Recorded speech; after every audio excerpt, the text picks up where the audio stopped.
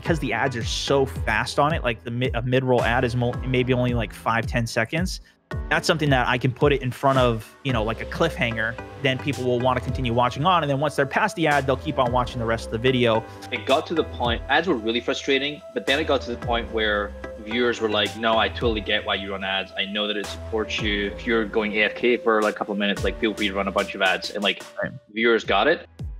Twitch partners now get an ad-free experience. This perk allows Twitch partners to jump between streams freely without needing to sit through ads or be forced to watch any ads run during a broadcast.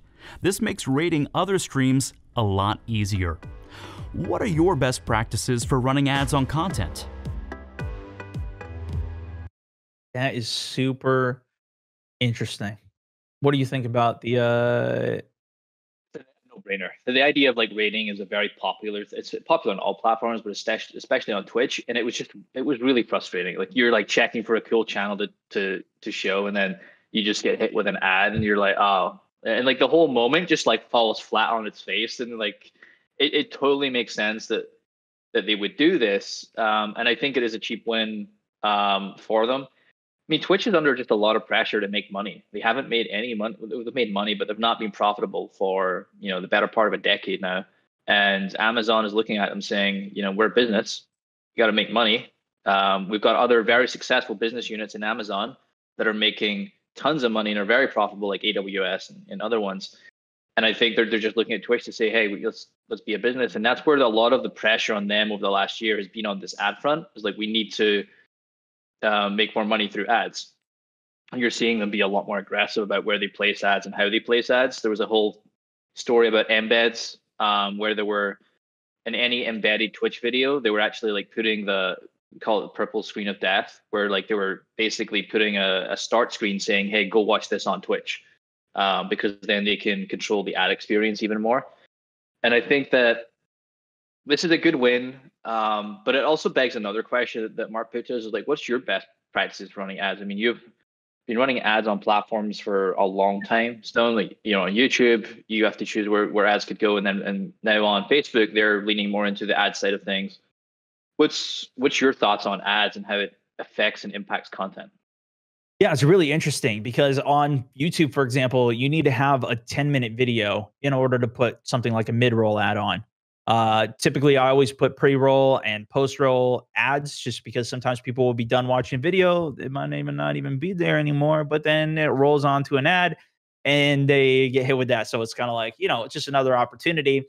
And it does lead to significant boost in revenue, right? Like if you have people watch 2 ads, then even off of the same view, then you're essentially doubling how much revenue you can get from a video. So it's definitely been something where that was a big target for me for a long time, was always hitting 10-minute on a video so I can at least put one mid-roll in.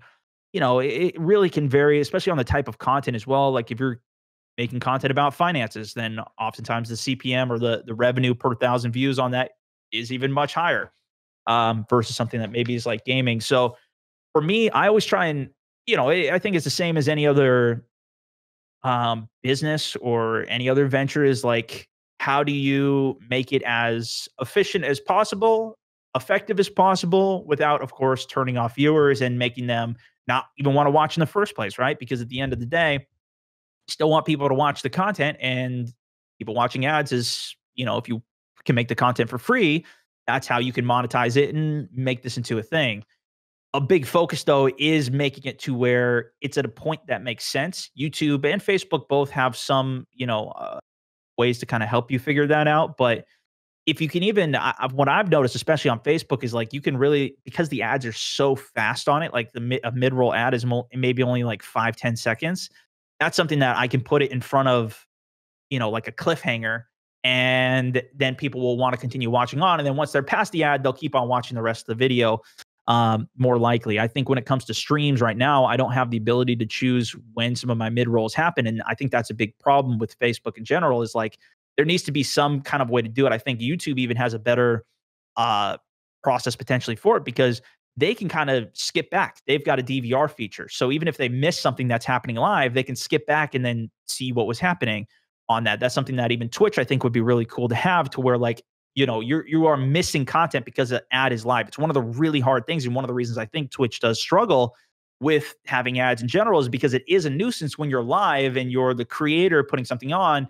Even like, I think that's one of the benefits when you look at this versus like standard TV show. If you're watching standard TV, like you're going to be getting ads like every couple minutes of like, we're going to an actual ad break. I've started watching a little bit of football lately, and they're throwing ad breaks all the time to where it's worth it for me to just pause it for 10 minutes and then just skip ahead as it happens. You know what I mean? So it's like, it is a big struggle. And, that is the thing though. It's always like, how do you make it the most efficient without turning off the most amount of people from the content in the first place?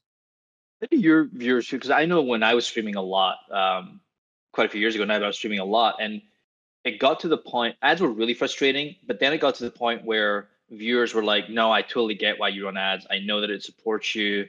If you're going AFK for like a couple of minutes, like feel free to run a bunch of ads, and like Right. viewers got it.